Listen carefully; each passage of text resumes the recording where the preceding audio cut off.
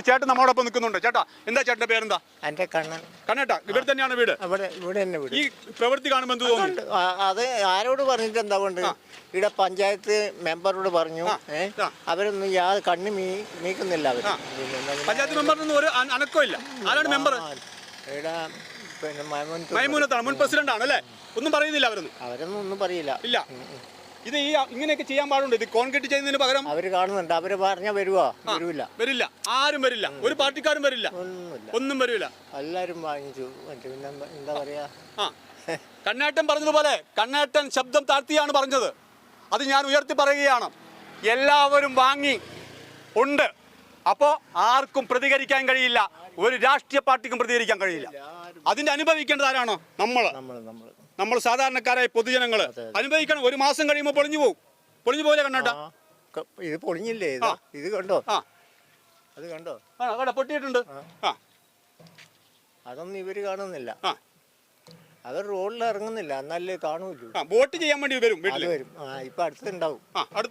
അതുവരെ വെയിറ്റ് ചെയ്ത് നിൽക്കാം.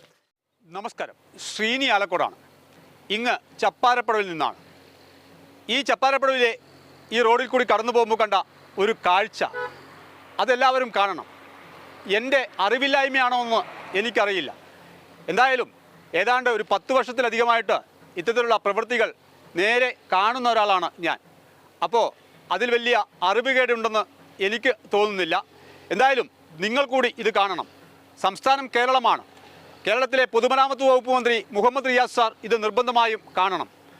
അദ്ദേഹത്തിൻ്റെ അണികൾ ദയവ് ചെയ്ത് അദ്ദേഹത്തിന് ഇത് അയച്ചു കൊടുക്കണം. ഇതൊരു ഗുരുതരമായ വിഷയമാണ്. സർക്കാർ ഖജനാവിൽ നിന്നും കോടികൾ ചെലവഴിച്ച് നിർമ്മിക്കുന്ന ഒരു റോഡിൽ ഇപ്പോൾ നടക്കുന്ന ഈ വിഷയം നിങ്ങളുടെ ശ്രദ്ധയിൽപ്പെടുത്തുകയെന്ന് മാത്രം. ഈ കാണുന്നത് മെക്കാഡം ടാറിങ് കഴിഞ്ഞിട്ടുള്ള ബാക്കി ഭാഗമാണ്.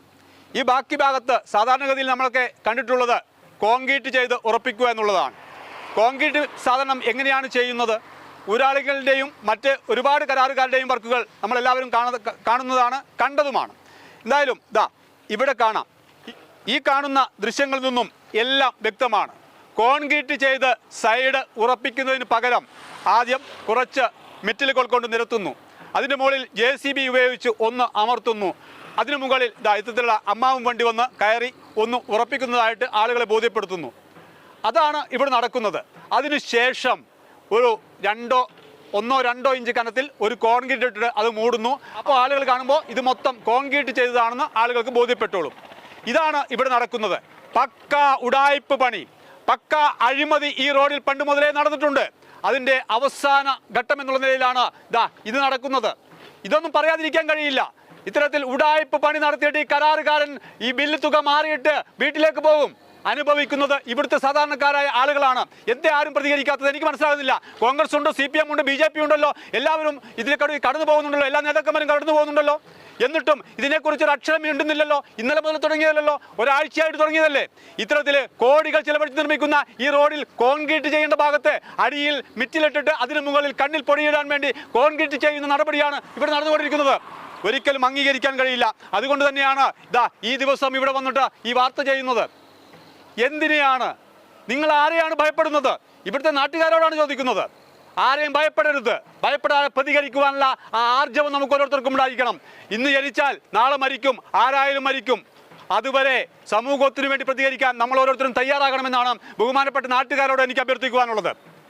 അനുവദിച്ചു കൊടുക്കരുത്. ഇങ്ങനെ കൊടുത്തതിന്റെ പരിണിത ഫലമാണ് മംഗലയിൽ നമ്മൾ കണ്ടത്. ഓരോ സ്ഥലത്തും നമ്മൾ കാണുന്നത് അഴിമതിയുടെ കുത്തകയായി ഇവിടുത്തെ കോൺട്രാക്ടർമാർ മാറുകയാണ്. അതിലൊത്താശ ചെയ്തുകൊണ്ട് ഉദ്യോഗസ്ഥർ നിൽക്കുന്നു. അവരോടൊപ്പം ഞങ്ങളൊന്നും അറിഞ്ഞില്ലേ രാമനാരായണ എന്ന മട്ടിൽ രാഷ്ട്രീയക്കാർ നിൽക്കുമ്പോൾ ഈ പൊതു ഖജനാവിലാണ് കോടികൾ നഷ്ടമാകുന്നത്. കോൺക്രീറ്റ് ചെയ്യുക, 1 മാസം മുമ്പ് ഇവർ കോൺക്രീറ്റ് ചെയ്ത ഒരു ഓവുചാലിന്റെ ഇപ്പോഴത്തെ അവസ്ഥ നിങ്ങൾ കാണണം. ഇങ്ങോട്ട് കാണിക്കുക. ഇത് ഓവുചാലാണ്. സിമെന്റ് ഉപയോഗിക്കാതെ ഓവുചാൽ എങ്ങനെ നിർമ്മിക്കാമെന്നാണ് ഈ കരാറുകാരൻ ഇപ്പോൾ ഇവിടെ കാണിച്ചു തന്നിരിക്കുന്നത്. അങ്ങോളം ഇങ്ങോളം ഒരു ചെറിയ മഴക്കാലത്ത് തന്നെ കോൺക്രീറ്റ് പോയി മെറ്റിൽ കാണാൻ തുടങ്ങി. ഈ അവസ്ഥ തുടർന്നാൽ ഇവിടെയുള്ള ഈ കെട്ട് താഴേക്ക് മറിയും. ഇവിടെ ഒരു ദൃശ്യങ്ങൾ കൂടി കാണിക്കാം. ആ ദൃശ്യം കണ്ടാൽ നിങ്ങൾക്ക് വ്യക്തമായിട്ട് അത് ബോധ്യപ്പെടും. ഒരു വലിയ കെട്ടാണ്. ഇവിടെ വിള്ളലുകൾ വീണിരിക്കുന്നു. കോൺക്രീറ്റ് ചെയ്തതാ പോലും.